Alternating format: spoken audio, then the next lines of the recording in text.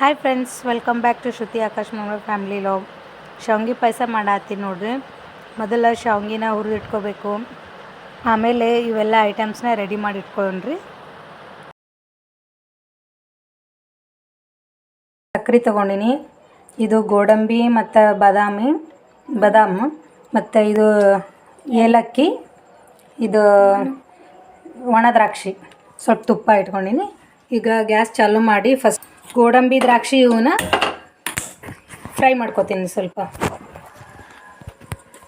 ತುಪ್ಪದಾಗ.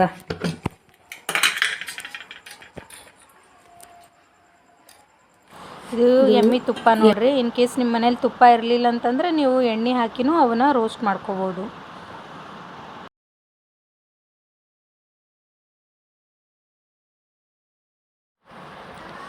ತುಪ್ಪ ಕಾಯ್ದೈತಿ. ಈಗ ಅವೆಲ್ಲ ಗೋಡಂಬಿ ದ್ರಾಕ್ಷಿ ಬಾದಾಮ ಇವೆಲ್ಲ ಅದ್ರೊಳಗೆ ಹಾಕೊಂಡ್ರೆ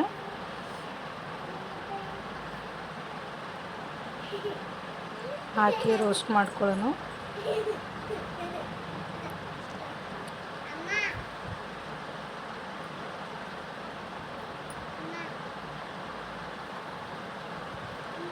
ರೋಸ್ಟ್ ಅದು ನೋಡ್ರಿ, ಅದನ್ನ ಈಗ ಶಾವ್ಗೆ ಮೇಲೆ ಹಾಕೋನು.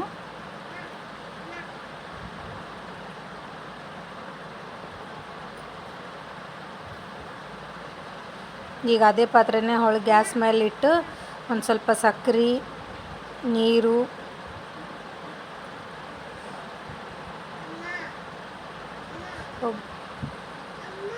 ಒಬ್ರೊಬ್ರು ಗಟ್ಟಿಯಾಗಿರೋ ಶಾವ್ಗೆ ಪಾಯಸ ತಿಂತಾರೆ, ಒಬ್ರೊಬ್ರು ಅಳಸಾಗಿರೋ ತಿಂತಾರೆ.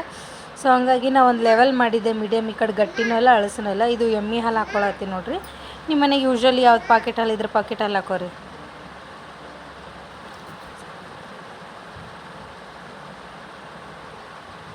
ಹಾಲಿನ ಕಳ ಕುದಿಯೋಷ್ಟಿಗೆ ಅಷ್ಟೊತ್ತಿಗೆ ಹುರಿದಿರೋ ಶಾವ್ಗೆ ಅದ್ರಾಗ ಹಾಕೋಬೇಕು. ಶಾವ್ಗೆ ಹಾಕಿ 5 ನಿಮಿಷ ಬಿಡ್ರಿ. ಫೈನಲಿ ಶಾವ್ಗೆ ಪಾಯಸ ready. Thank you friends watching video. ದಯವಿಟ್ಟು ಸಬ್ಸ್ಕ್ರೈಬ್ ಮಾಡಿರಿ. Bye friends.